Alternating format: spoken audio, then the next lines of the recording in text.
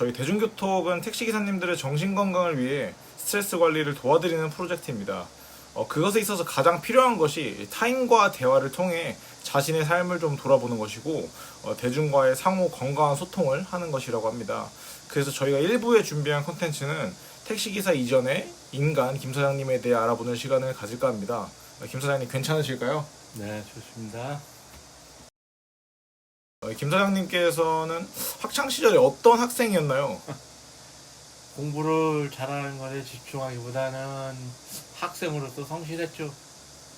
공부를 떠나서 부모님 속을 썩이거나 생각해보니 좀 썩였죠, 많이. 부모님 속을 좀 썩이셨다고 했는데 관련된 뭐 에피소드가 있을까요? 이제 얼굴에 웃음기가 가득하신 거 보니까 좀 궁금한데. 중학교 2학년 때인가는 가출도 했었고 진행자님도 사춘기가 있었었죠? 네. 사춘기 시절에 한 15일 정도 나갔다 왔어요. 일주일인가 그냥 떠돌이였어요. 그리고 중학교 3학년 때 날라다녔죠. 중학교 3학년 때 고등학교 입시 3개월 남겨두고 친구들하고 학교 옥상에서 장난치다가 떨어졌는데 양 발목이 다 부러졌죠.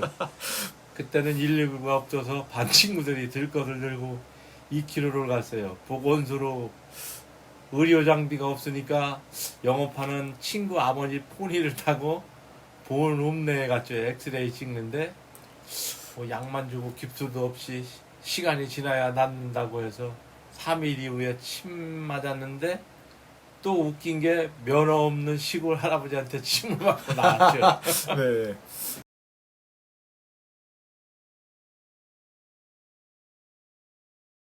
혹시 다시 20대가 된다면 가장 하고 싶은 것이 있으세요? 저는 다시 학교로 가고 싶고 대학교를 한번 꼭 가보고 싶은데 물론 지금도 늦지는 않았지만 운전기사가 아닌 다른 삶을 살아보고 싶은 마음이 있어요. 어쩌면 네. 이게 좀 후회 섞인 말이라고 볼 수 있는데 20대 김 사장님에게 후회가 있다면 무엇일까요? 매일같이 치열하게 살았어요. 20대 인생의 후회는 없습니다. 네. 네. 그렇다면 흔히 말하는 청춘, 김 사장님의 20대를 한마디로 표현할 수 있을까요? 가장 치열하게 살았고 돈도 많이 벌었고 대우도 좋았고 뭐 20대는 전성기라고 할 수 있었어요. 예. 네, 김 사장님의 청춘.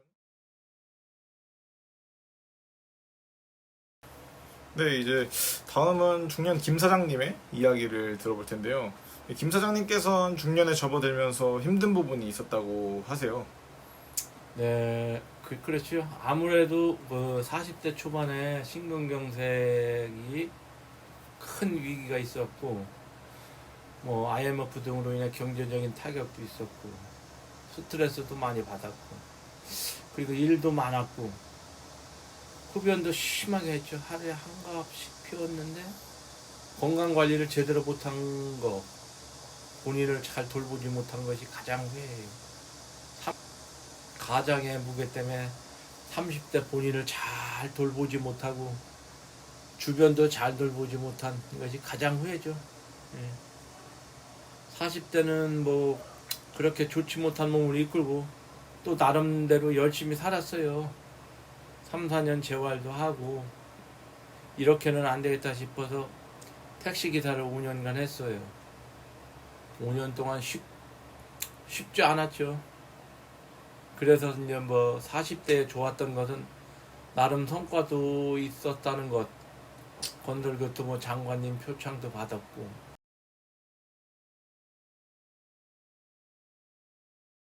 40대 때 5년간 택시기사로 활동을 하셨던 거군요. 네, 그렇죠. 이때 뭐 아프고 저기 한데 트럭을 다시 할 수는 없으니까 그나마 힘이 덜 들게 덜 들 것 같아서 택시기사를 했는데 스트레스가 이만저만 아니더라고요. 역시 쉬운 게 없죠, 세상엔. 네, 맞습니다. 저희가 프로그램을 진행하는 이유도 아마 또 그런 이유인데 이 40대, 50대 정말 잘 달려오셨다고 생각이 들고 40대, 50대는 이제 중년은 어떻게 또 한마디로 표현이 가능할까요? 40대는 전환의 시기가 맞을 것 같고 50대는 말 그대로 파란만장이네요. 네, 맞습니다. 이제 뭐 웃으면서 말씀을 나누실 수 있는데 김 사장님 인생 이야기를 들어보니까 파란만장 그 자체라고 볼 수 있는 것 같습니다. 네, 이제는 인생 전반에 대해 돌아보려고 하는데요. 혹시 인생의 마지막이 된다는 가정하에 세상에 좀 남기고 싶은 것이 있으실까요? 저는 다른 건 없고 남들한테 도움은 받았죠. 도움은 받고 살고 나 그렇게 살았지만은 남에게 도움을 주진 못해도 적어도 피해를 끼치는 삶을 살고 싶진 않죠. 평범하게. 그러면 내가 세상을 떠나고 사람들이 나를 이렇게 기억해주면 좋겠다 하는 건 있으신가요? 기억 속에 그냥 묻히고 사는 게 좋지 않을까요? 평범한 게 좋기 때문에 비범한 사람이 되면 현생에서 너무 피곤한 것 같고 네. 족적을 크게 남긴다고 해서 잘 사는 인생은 아니라고 생각해요. 진짜 훌륭한 사람으로 족적을 남기려면 현생에서 그 무엇보다도 고되고 힘든 삶을 살아야 한다고 생각하기 때문에 기억 속에서 묻히고 잊혀져가는 삶이 좋지 않을까요? 와, 이건 저는 이제 반대로 이제 사장님과 반대로 비범한 사람이 돼서 족적을 꼭 남기고 싶은 사람 중에 한 명인데 이 김 사장님의 말씀을 듣고 보니까 좀 생각을 달리 해볼 수 있게 됐어요. 좋습니다. 그럼 이제